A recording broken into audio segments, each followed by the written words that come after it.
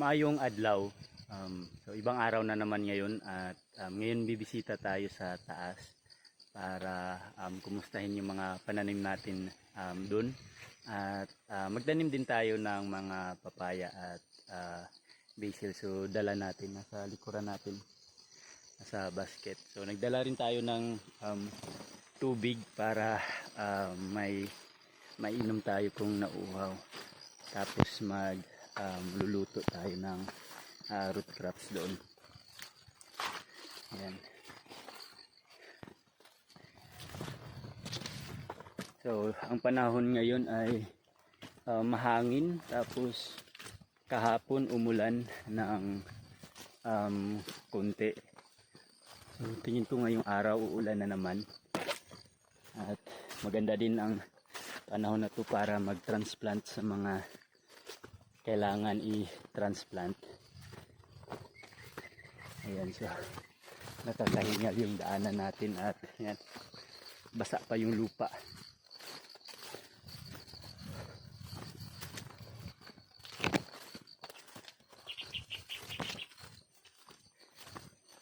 So ito yung dadaanan natin araw-araw. Shady na part ito.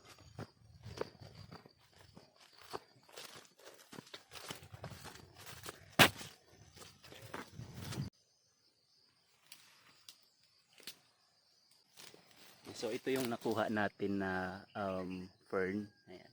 Madami-dami rin, isang ulaman na rin ito. Ayan, itinanim natin ang fern na ito last mga 2 years ago.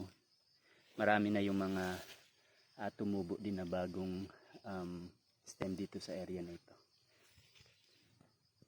So, malapit na ako. Ang mga gabi na ito ay tinanim ko last year. Pwede na siguro yan na magulay. Ito yung area na tatamnan natin. May mga tubo na itinanim, yung mga heirloom variety ng tubo. Ito ayan, so for planting ano na to, stripe ito. Ayan, stripe yung kulay. Tapos ito naman yung pure ano lang, pure purple at ayan. Tapos may green lang na plain, baka nasa kabila. So dito ako magtatanim ng mga papayas. Ito rin ay peanut butter tree, mataas na. Ayan, baka next year mamunga na to. Ayan, napaka lusog ng butter tree natin. Ayan.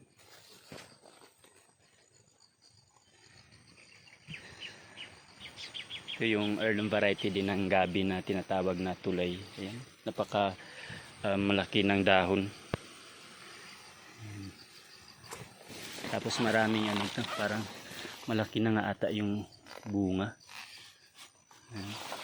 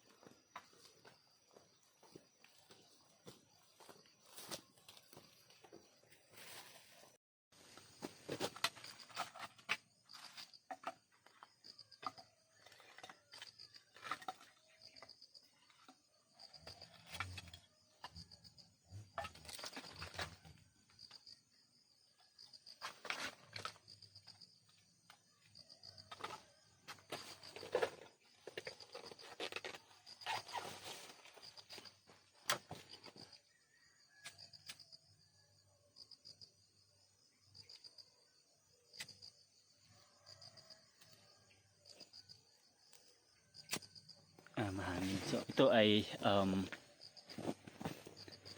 sulo ng or dagta ng salumayag. Ayan, so ito yung gawin nating sindihan. Mahangin. Ayan.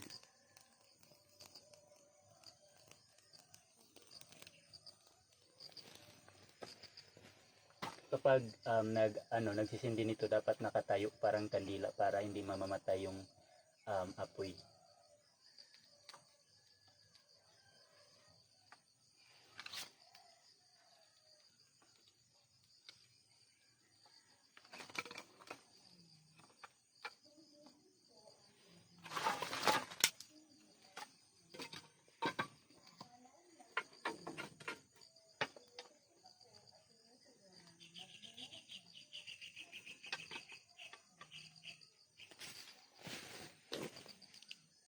Kukunin na natin ito.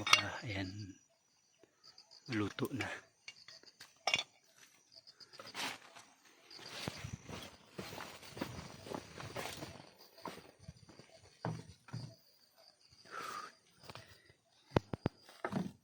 Matubig